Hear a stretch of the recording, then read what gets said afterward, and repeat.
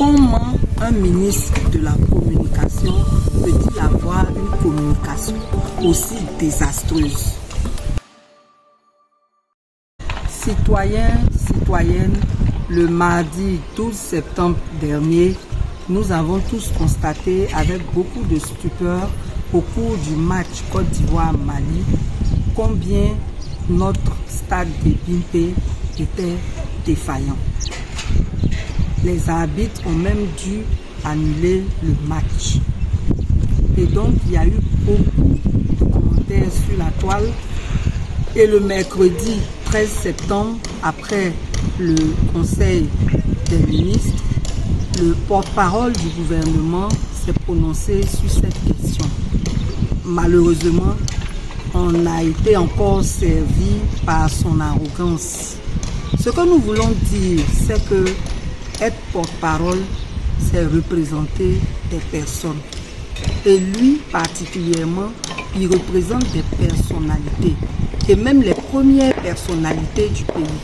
Le président de la République, le premier ministre, tous les ministres. Donc, en principe, il ne devait pas parler au peuple avec tant de condescendance, avec tant d'arrogance. Et ce n'est pas la première fois.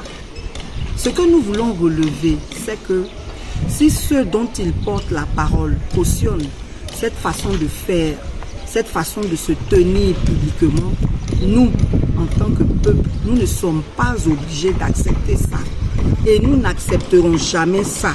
Et chaque fois qu'il fera ce genre de sortie non appropriée, nous nous ferons fort de le rappeler à l'ordre, de même que tous ceux qui le représentent, pour dire qu'en principe, ils sont tous au service du peuple. Comment un ministre de la communication peut-il avoir une communication aussi désastreuse? Comment un ouvrage, un stade censé être neuf, qui a coûté 163 milliards, dont 20 milliards pour sa rénovation, malgré le fait qu'il soit neuf, peut-il présenter de telles défaillances?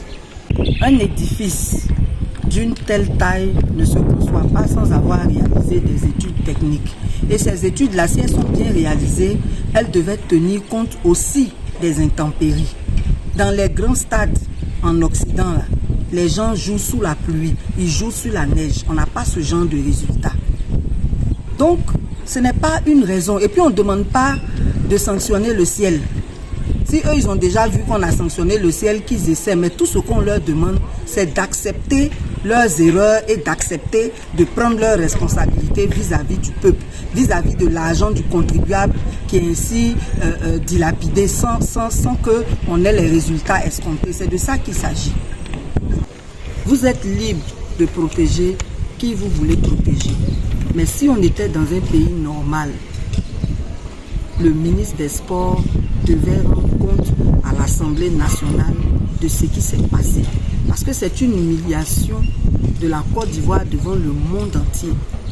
Avec la CAN qui arrive, c'est évident que tous les partenaires ne seront même pas rassurés sur la bonne tenue de cette CAN. Hélas, nous sommes en Côte d'Ivoire, un pays où on ne demande jamais de compte à ceux qui gouvernent.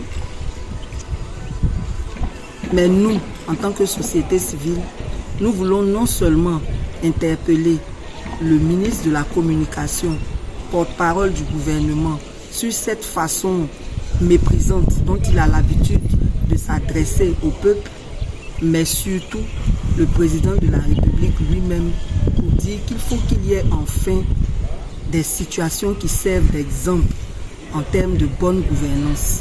Nous espérons que une lumière sera faite sur cette affaire et que le peuple sera rassuré sur vos bonnes dispositions à bien gérer ce pays.